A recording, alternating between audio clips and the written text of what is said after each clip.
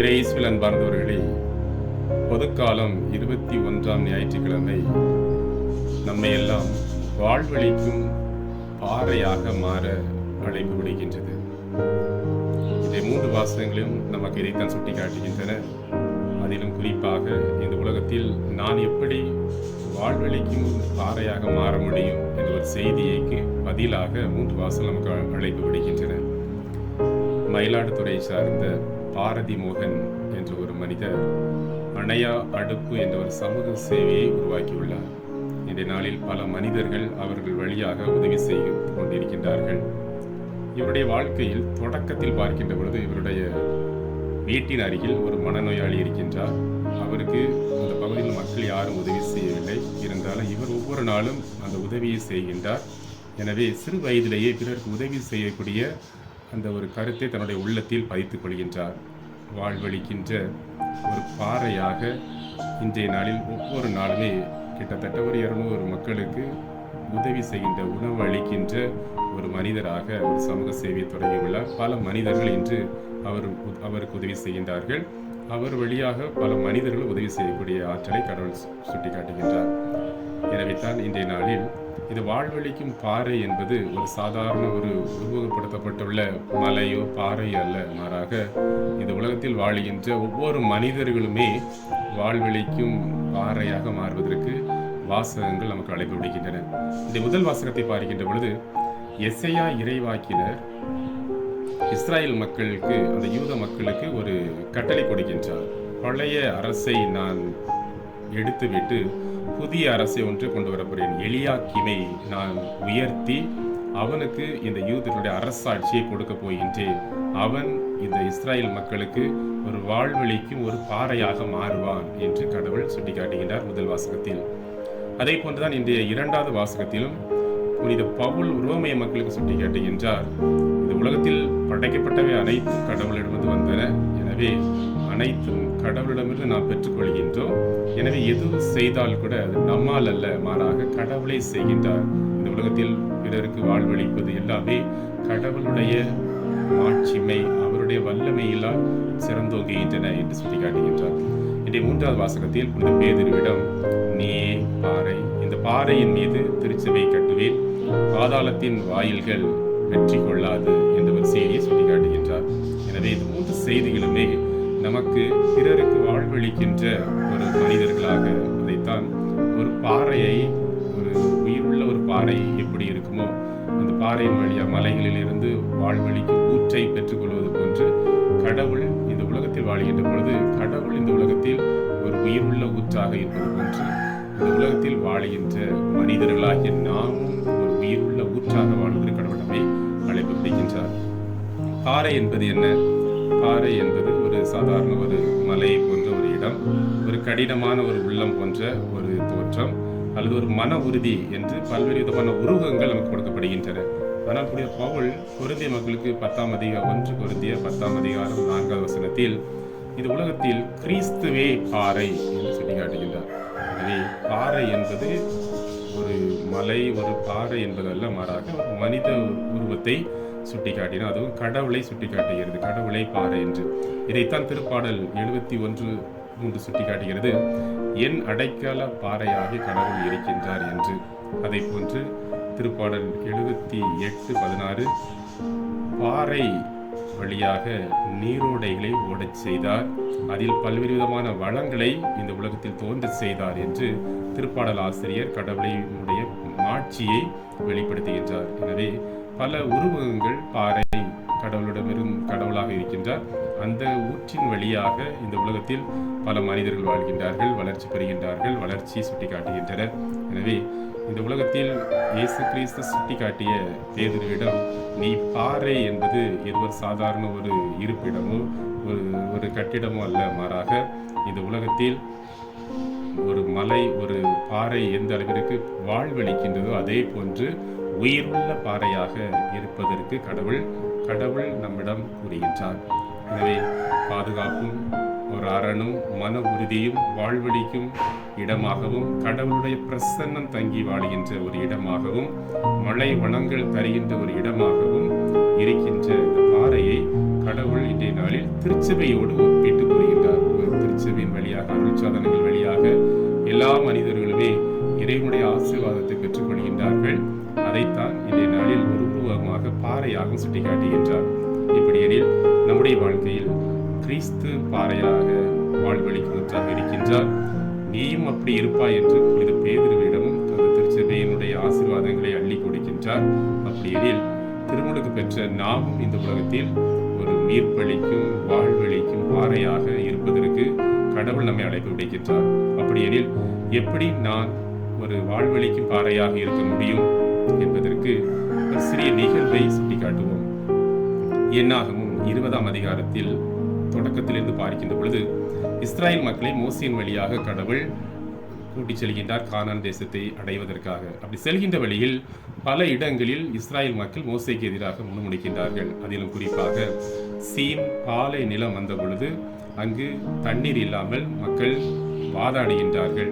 அது மட்டுமல்லாமல் இந்த இஸ்ராயல் மக்கள் அனைவருமே மோசேயிடம் சென்று, நீர் எங்களை சாகடிக்கவா இங்கு அழைத்து வந்தீர்? எங்களுடைய விலங்குகளுக்கும் உணவில்லை, எங்களுக்கும் நீர் இல்லை, நாங்கள் இங்கு செத்து மடிவதற்காகவா நீர் எங்களை அழைத்து வந்தீர் என்று பல்வேறு முரண்பாடுகளோடும் முறுமுறுப்புகளோடும் இந்த இஸ்ராயல் மக்கள் மோசேயை அணுகின்றார்கள். எனவே அந்த பாலை நிலத்தில் நான் எங்கிருந்து நீர் இவர்கள் கொடுப்பேன் என்ற ஒரு ஏக்கத்தோடு கடவுள் முன்பாக மோசேயை ஆரோனும் வருகின்றார்கள். ஆனால் கடவுள் அவர்களிடம் வழிகாட்டுகின்றார். கடவுள் அந்த 20ஆம் அதிகாரம் 8வது வசனத்தில் என்னாகமத்தில் பார்க்கின்ற பொழுது, கையில் உள்ள கோலை எடுத்து செல், இஸ்ராயல் மக்கள் முன்பாக செல், அந்த பாலை நிலத்தில் உள்ள அந்த பாறையிடம் சென்று நீங்கள் பேசுங்கள், அங்கிருந்து உங்களுக்கு வாழ்வழிக்கு ஊற்று புறப்படும் என்று கடவுள் சுட்டிக்காட்டுகின்றார். எனவே ஆரோனும் மோசேயும் செல்கின்றார்கள். இஸ்ராயல் முன்பாகவே அந்த பாறையை நோக்கி அவர்கள் அடிக்கின்றார்கள். இறுதியாக எந்த அளவிற்கு அவர்கள் முன்முறுத்தோடு வறட்சியோடும் தாகத்தோடும் சென்றார்களோ அந்த அளவிற்கு அந்த பாறையிலிருந்து கடவுள் வாழ்வழிக்கும் ஊற்றை இஸ்ராயல் மக்கள் கொடுக்கின்றார். தண்ணீரை பருகின்றார்கள்.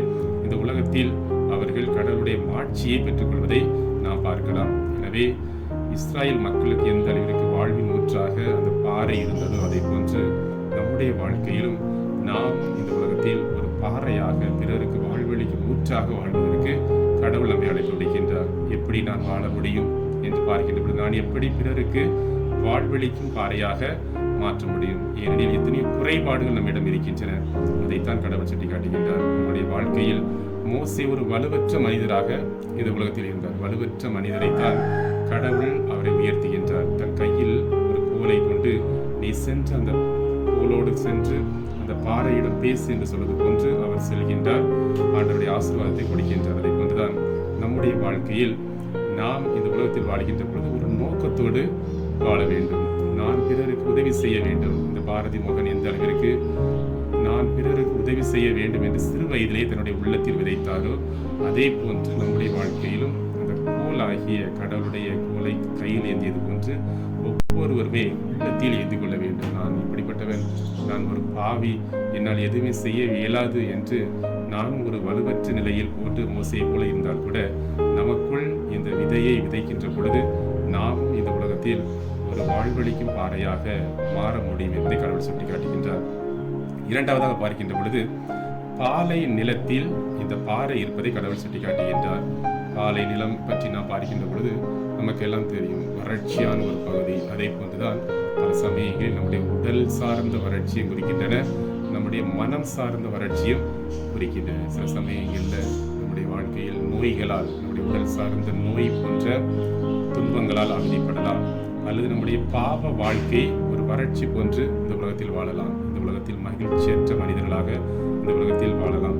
எத்தனையோ உலகத்தில் வாழ்கின்ற பொழுது நம்முடைய வாழ்க்கையில் பாலை நிலங்கள் போன்று பல சமயங்களில் மகிழ்ச்சியற்ற வாழ்க்கை, சமாதானம் இல்லாத குடும்ப வாழ்க்கையாக இருக்கலாம். அல்லது இந்த அரசியல் சூழ்நிலைகளை பார்க்கின்ற பொழுது எத்தனையோ சினிமா மோகங்களும் சினிமா காட்சிகள் என்று எத்தனையோ வறட்சிகள் தான் பல சமயங்கள் மனிதனுடைய வாழ்க்கையில் சுட்டிக்கொண்டே இருக்கின்றன. எனவே இஸ்ராயல் மக்கள் எப்படி பாலை நிலத்தில் வறட்சியை அனுபவித்தார்களோ, தாகத்தோடு அலைந்தார்களோ, அதே போன்றுதான் இந்த உலகத்தில் வாழ்கின்ற பொழுது நமக்கும் உடல் சார்ந்த வறட்சி, உள்ளம் சார்ந்த ஆன்மீக வறட்சிகள் நம்மையும் ஒவ்வொரு நாளுமே எட்டி பார்த்து கொண்டே இருக்கின்றன. ஆனால் இந்த வறட்சி அனைத்துமே வளர்ச்சியாக மாற்றுவது கடவுளுடைய கரத்தில் தான். நம்மால் நம்மால் இயலாது. மோசே கடவுளிடம் மன்றாடிய போது என்னால் எதுவுமே இல்லை, ஆனால் அவர் கையில் இருந்த கோலை கொண்டு அதை அடி என்று சொன்னதுமே அவர் சென்று அந்த பாறையை அடிக்கின்றார். இறுதியாக அந்த வறட்சியானது வளர்ச்சியாக மாறுவதை நாம் பார்க்கிறோம். எனவே நம்முடைய வாழ்க்கையில் எத்தகைய பாலை நிலமாக நம்முடைய உள்ளம் மனம் இருந்தால் கூட கடவுளை சார்ந்து வாழ்கின்ற பொழுது அவர் நம்மை இந்த உலகத்தில் வளர்ச்சியாக மாற்றுவார் என்று கடவுள் சுட்டிக்காட்டுகின்றார். மூன்றாவதாக இந்த உலகத்தில் பார்க்கின்ற பொழுது எத்தனையோ மக்கள் முணுமுணுக்கின்றார்கள்.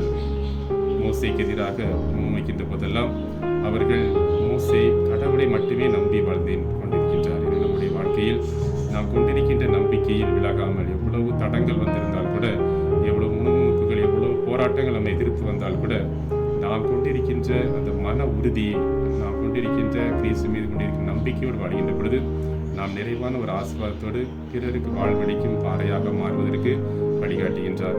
நான்காவதாக நாம் இந்த உலகத்தில் பார்க்கின்ற பொழுது, இந்த உலகத்தில் வாழ்கின்ற ஒவ்வொரு மனிதர்களுமே ஒரு உயிருள்ள வாழ்வழிக்கும் பாறையாக மாறுவதற்கு கடவுள் நம்மை அழைக்கின்றார். இந்த பவுல் 1 கொரிந்தியர் 10:4 சொன்னது போன்று கிறிஸ்துவே பாறை என்று சொல்லி காட்டுகின்றார். இந்த முதல் வாசகத்தில் சாதாரண ஒரு மனிதன் எலியாகிமை உயர்த்தி பாறையாக, யூத அரசனாக பாறையாக மாற்றுகின்றார். இந்த பவுல் சொல்வதைத்தான், அனைத்துமே கடவுளிருந்து உருவாகின்றன. எனவே வலுவற்ற நம்மை இந்த உலகத்தில் பிறருக்கு வாழ்வழிக்கின்ற ஒரு உயிருள்ள ஒரு பாத்திரமாக, பாறையாக மாற்றுவது கடவுளுடைய கையில் உள்ளது என்பதை சுட்டிக்காட்டுகின்றார். எனவே மூன்றாவது நற்செய்தி வாசகம் இதைத்தான் சுட்டிக்காட்டுகின்றன. வலுவற்ற ஒரு பாவமுன் நிலையில் இருந்த எந்த ஒரு செயலுமே செய்ய இயலாத ஒரு பேதுருவைத்தான் வாழ்வழிக்கும் பாறையாக இந்த திருச்சபையின் தலைவராக மாற்றியுள்ளார். எனவே இந்த உலகத்தில் சாதாரண மனிதர்களைத்தான் கடவுள் இந்த உலகத்தில் உயர்த்துகின்றார். எனவே நீங்களும் இந்த உலகத்தில் ஒரு பாறையாக வாழ்வதற்கு கடவுள் நம்மை அழைப்பு விடுக்கின்றார். நான் எப்படி ஒரு பாறையாக மாறுவேன்? எத்தனையோ குறைபாடுகள் உள்ளன, எத்தனையோ பிரச்சனைகள் உள்ளன, கடன் பிரச்சனைகள், நோய்களோடு, எத்தனையோ பிரச்சனைகளோடு மனிதர்களாகிய நாம் வாழ்ந்து கொண்டிருக்கின்றோம். ஆனால் அவ்வளவு முணுமுணுப்புகளும் போராட்டங்களும் பாலை நிலம் மற்றும் வறட்சிகள் வழியாகத்தான் கடவுள் உங்களை சாட்சியாக மாற்றுகின்றார். எனவே சாதாரண மனிதர்களை கடவுள் உயர்த்தியது போன்று நம்பிக்கை கொண்டு நீங்கள் வாழ்கின்ற பொழுது நீங்களும் இந்த உலகத்தில் வாழ்வழிக்கும் பாறையாக மாறுவீர்கள். எனவே இந்த 21ஆம் ஞாயிற்றுக்கிழமை நாம் வாழ்வழிக்கும் பாறை என்பதை சுட்டிக்காட்டியது போன்று இந்த உலகத்தில் வாழ்கின்ற பொழுது அதற்காக முயற்சி எடுப்போம். இந்த பாறை மோகன் சொன்னது போன்று ஒவ்வொரு நாளும் நான் பிறருக்காக உதவி செய்வேன் என்ற